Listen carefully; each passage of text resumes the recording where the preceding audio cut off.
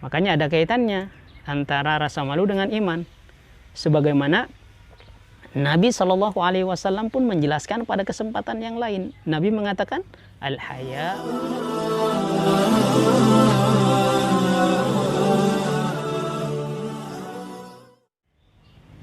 Assalamualaikum warahmatullahi wabarakatuh. Alhamdulillah. Wassalatu wassalamu ala rasulillah. Wa ala alihi wa ashabihi wa mawalah, amma ba'd. Saudara-saudaraku kaum muslimin dimanapun anda berada, dan teman-teman semuanya, para subscriber Elfat TV dan pemirsa Elfat TV dimanapun anda sekalian berada, alhamdulillah kita bersyukur kepada Allah tabaraka wa ta'ala dan bersalawat kepada Nabi kita yang mulia Muhammad sallallahu alaihi wasallam. Dan selanjutnya saya ucapkan terima kasih kepada teman-teman yang telah menyaksikan video ini, menonton video ini, dan teman-teman yang sudah mensubscribe channel Elfat TV ini. Semoga ini menjadi wasilah kebaikan buat kita semua, dan kelak Allah tabaraka wa ta'ala memasukkan kita kepada bagian orang-orang yang berperan di dalam menebarkan kebaikan. Begitu teman-teman, semoga anda sehat ya, dan kita semua sehat, tetap bisa menjalani aktivitas kita dalam keadaan baik ya, tetap semangat walaupun kita masih dilanda dengan yang namanya pandemi COVID-19. Tetap semangat, ikhtiar, dan tetap tawakal kepada Allah tabaraka wa ta'ala. Teman-teman semuanya, pada kesempatan kali ini saya ingin membacakan sebuah hadis yang berkaitan dengan malu dan iman. Sebuah hadis yang mengajarkan kepada kita tentang rasa malu dan kaitannya dengan iman. An Abi Mas'udin Uqbah bin Amr al-Ansari radhiyallahu anhu qala Rasulullah sallallahu alaihi wasallam, inna mimma adraka an-nasu min kalamin nubuwatil ula idza lam tastahi fasna ma syi'ta. Rawahul Bukhari. Bahwa Nabi sallallahu alaihi wasallam bersabda dari Abu Mas'ud Uqbah bin Amr al-Ansari al-Badri radhiyallahu anhu, dia berkata, Rasulullah sallallahu alaihi wasallam bersabda, sesungguhnya di antara yang telah diketahui manusia dari ucapan para nabi terdahulu adalah, jika kamu tidak malu maka lakukanlah apa yang kamu suka. Hadis Bukhari. Hadis ini Masya Allah sangat agung sekali, sangat mulia sekali. Banyak pelajaran yang bisa kita ambil dari hadis ini ya, sehingga kita dapat menjalankan dan melaksanakan dalam kehidupan kita sehari-hari. Teman-teman semuanya, Al-Imam An-Nawawi rahimahullahu ta'ala ketika memberikan satu penjelasan tentang lafaz idza lam tastahi fasna ma syi'ta ini, jika kamu tidak malu maka lakukan sesukamu ini, artinya kata beliau bahwa jika kamu ingin melakukan sesuatu bila ia tidak termasuk perkara yang membuat malu, kata beliau, maka lakukanlah. Jika perkara tersebut tidak termasuk perkara yang membuat kita malu untuk melakukannya, baik malu kepada Allah dan kepada manusia, lakukanlah. Ya tentu kalau kemaksiatan yang kita lakukan ya harusnya dan bahkan wajib kita malu kepada Allah. Tapi bila tetap perbuatan maksiat itu dilakukan, tidak ada rasa malu kepada Allah, maka tidak termasuk perintah yang dimaksudkan di dalam hadis ini. Allah tidak memerintahkan untuk melakukan itu. Maka bermakna di dalam hadis ini ya, adalah ancaman.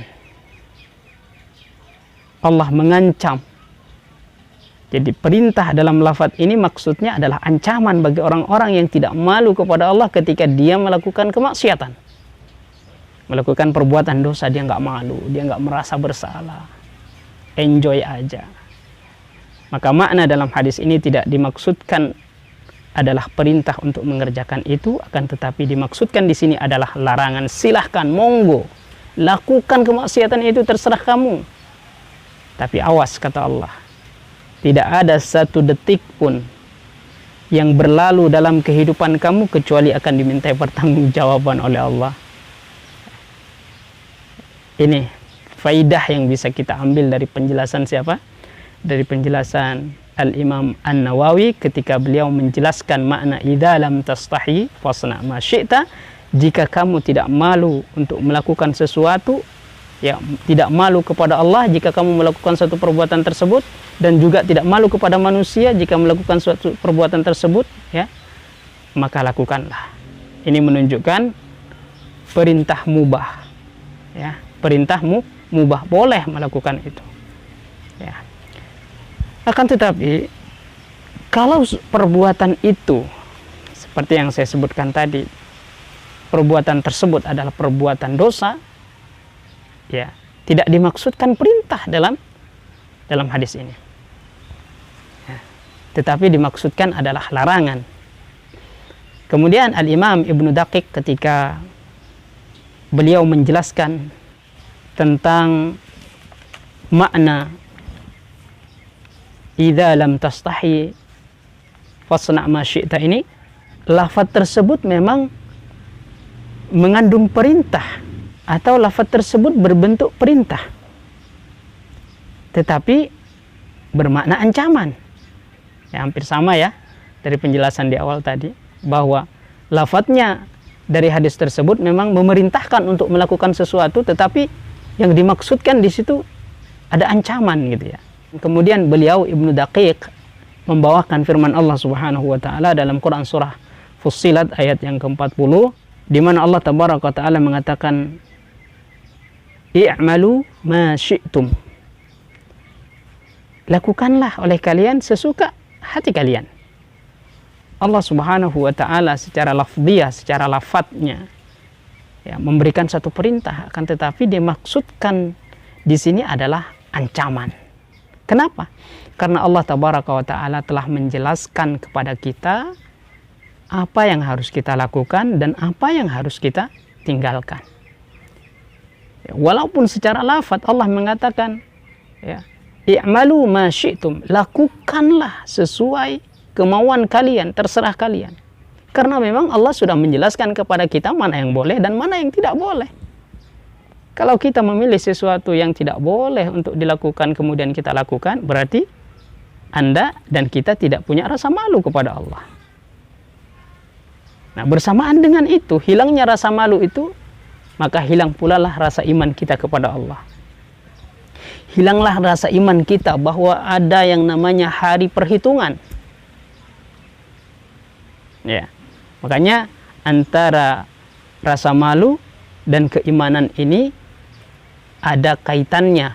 Artinya bahwa rasa malu itu sesungguhnya adalah cerminan dari adanya iman dalam diri seseorang. Malu bermaksiat karena dia iman bahwa akan ada hari akhir di mana semuanya akan dimintai pertanggungjawaban. Tapi orang yang tidak punya iman, dia akan melakukan apa saja yang dia suka. Jadi teman-teman semuanya, kita semua ini diperintahkan untuk melakukan suatu perbuatan. Kalau sekiranya perbuatan itu tampak oleh orang lain terus kita nggak malu, silahkan lakukan. Tapi kalau sekiranya perbuatan itu, kalau kita lakukan itu kelihatan oleh orang lain, lalu kita malu, maka tinggalkan. Karena sejatinya itu kita sedang bermaksiat kepada Allah. Makanya ada kaitannya antara rasa malu dengan iman.